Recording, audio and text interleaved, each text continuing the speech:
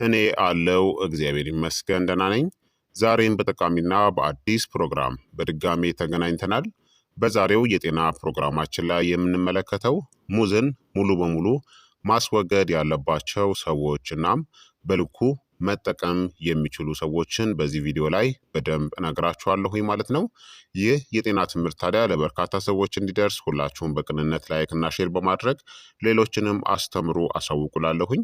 ጥያቄ ካላችሁ ጥያቄያችሁን በኮመንት ላይ አስፍሩልኝ። በቀጥታ ወደ ጤና ትምህርታችን የማልፍ ይሆናል። ሙዝ የተመጣጠነ ተመጣጣኝ ዋጋ ያለው እናም በሰፊው የሚስማማ ነው።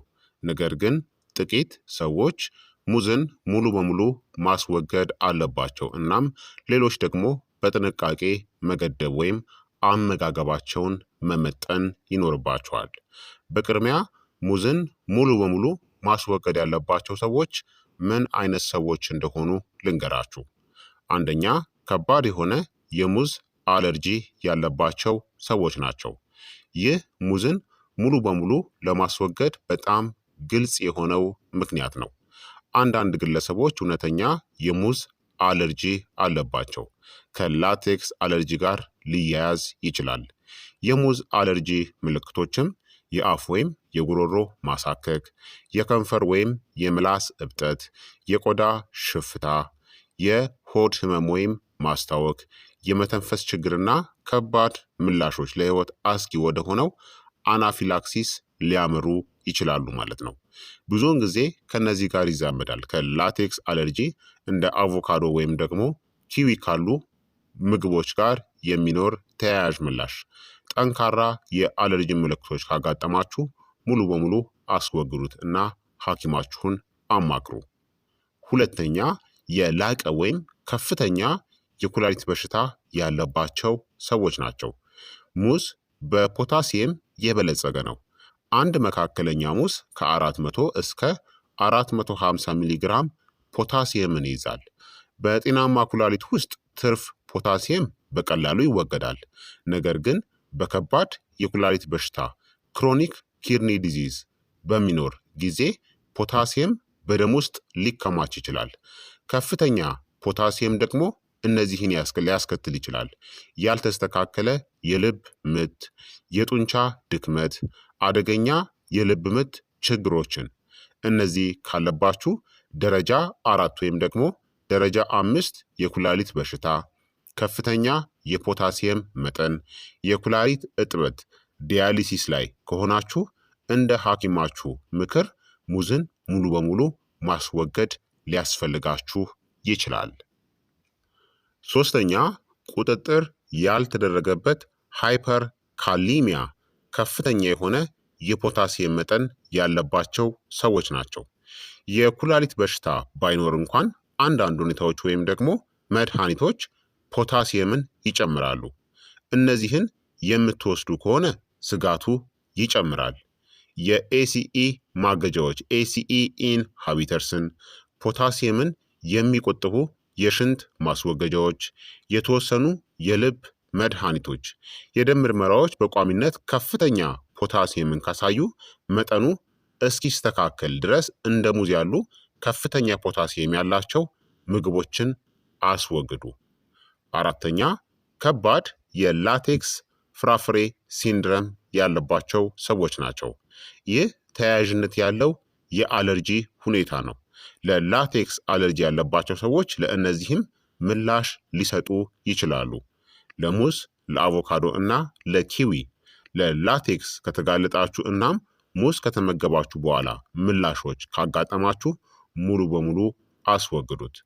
ታዲያ ሙዝን ደግሞ ሙሉ በሙሉ ማስወገድ ሳይሆን ግን ሲጠቀሙ ወይም ሲመገቡ ጥንቃቄ ማድረግ ያለባቸው ሰዎች ምን አይነት ሰዎች እንደሆኑ ልንገራችሁ። አብዛኛዎቹ ሰዎች ሙዝን ሙሉ በሙሉ ማስወገድ አያስፈልጋቸውም። ነገር ግን አንዳንዶች ደግሞ አጠቃቀማቸውን መገደብ ወይም መከታተል አለባቸው። አንደኛ፣ በደንብ ያልተቆጣጠራችሁት የስኳር በሽታ ያለባቸው ሰዎች ናቸው። ሙዝ ተፈጥሯዊ ስኳርን ይይዛሉ። በጣም የበሰሉ ሙዞች ከፍተኛ የግላይሲሚክ ተጽዕኖም አላቸው። ሆኖም ታዲያ አነስተኛ ሙዝ አብዛኛውን ጊዜ ደህንነቱ የተጠበቀ ነው። ከፕሮቲን ጋር ማጣመር የስኳር መጨመርን ይቀንሳል። ሙሉ በሙሉ የሚወገደው እነዚህ ከሆነ ብቻ ነው። የደም ስኳራችሁ እጅግ በጣም ያልተረጋጋ ከሆነ ሐኪማችሁ በተለይም ዝቅተኛ ፖታሲየም እና ዝቅተኛ ስኳር ያለው አመጋገብን ካዘዘ ነው። ሁለተኛ ከባድ አይቢኤስ ለሆነ ተጋላጭ ከሆናችሁ ነው። ሙዝ ሊብላላ የሚችሉ ካርቦሃይድሬትሶችን ይይዛሉ፣ በተለይ የበሰሉት። በአንዳንድ የአይቢኤስ ኢሪቴብል ባወል ሲንድረም ታካሚዎች ላይ ይህ እነዚህን ሊያስከትል ይችላል። የሆድ መነፋት፣ ጋዝ እናም የሆድ ህመም። ብዙውን ጊዜ ያልበሰሉ ወይም መጠነኛ ጠንካራ የሆኑ ሙዞች በተሻለ ሁኔታ ይላመዳሉ። የመጠኑ መጠን ታዲያ ይወሰናል። ምልክቶቹ ከባድ ካልሆኑ በስተቀር ሙሉ በሙሉ ማስወገድ ግን አስፈላጊ አይደለም። ሶስተኛ ለማይግሬን ራስ ምታት የተጋለጡ ሰዎች ናቸው። አልፎ አልፎ የሚከሰት ነው። ሙዝ መጠነኛ የሆነ ታይራሚንን ይይዛሉ። በጣም ስሜታዊ በሆኑ ግለሰቦች ላይ ታይራሚን ራስ ምታትን ሊቀሰቅስ ይችላል። ይህ ያልተለመደ ቢሆንም ግን ሊከሰት የሚችል ነው። ታዲያ ክብደት መቀነስ ከፈለጋችሁ የመጠን ቁጥጥር አስፈላጊ።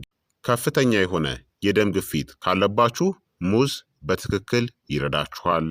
አልፎ አልፎ መጠነኛ የሆድ መነፋት ካላችሁ፣ ጡንቻን ለመገንባት እየሞከራችሁም ከሆነ፣ ጤናማ እና መደበኛ የሆነ ኩላሊት ካላችሁ በልኩ መመገብ ይቻላል ማለት ነው። ለአብዛኛው ሰው ሙዝ ለልብ ተስማሚ እናም በንጥረ ነገሮችም የበለጸገ ነው። ታዲያ እናንተ ሙዝ ከበላችሁ በኋላ ምን ይከሰትባችኋል? የአለርጂ ምላሽ፣ ከባድ የሆነ የሆድ መነፋት፣ ያልተለመደ የደም ምርመራ፣ ፖታሲየም መጠን መጨመር፣ የኩላሊት ምልክቶች መባባስ። ከእነዚህ ምልክቶች ውስጥ እነዚህ የሚከሰቱባችሁ ከሆነ ሙዝ ከተመጋባችሁ በኋላ መልሳችሁ አዎ ከሆነ ሐኪማችሁን አማክሩ። ነገር ግን ካልሆነ ሙዝ በመጠኑ መመገብ ደህንነቱ የተጠበቀ ነው። ለአብዛኛው ሰው ጤናማ የሆነ አጠቃቀም፣ ለጤናማ አዋቂዎች በቀን አንድ መካከለኛ ሙዝ በአጠቃላይ ደህንነቱ የተጠበቀ ነው። ንቁ እንቅስቃሴ ካለ፣ የአካል ብቃት እንቅስቃሴ የምታደርጉ ከሆነ በቀን 2 ሙዝ፣ ከፕሮቲን ወይም ከጤናማ ስብ ጋር ደግሞ አጣምሩት። ለደም ስኳር ተጋላጭ ከሆናችሁ በጣም የበሰሉ ሙዞችን አስወግዱ። በአጠቃላይ ሙዝ ለአብዛኛው ሰው አደገኛ አይደለም። በፖታሲየም የበለጸገ ነው። ለልብ ጤናም ጥሩ ነው። ለጡንቻ ቁርጥማትም ይጠቅማል። ኃይልም ሰጪ ናቸው።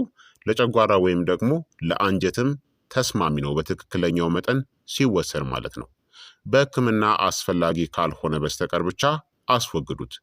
ሚዛናዊነትና የግል ምላሽ ታዲያ የበለጠ አስፈላጊ ነው።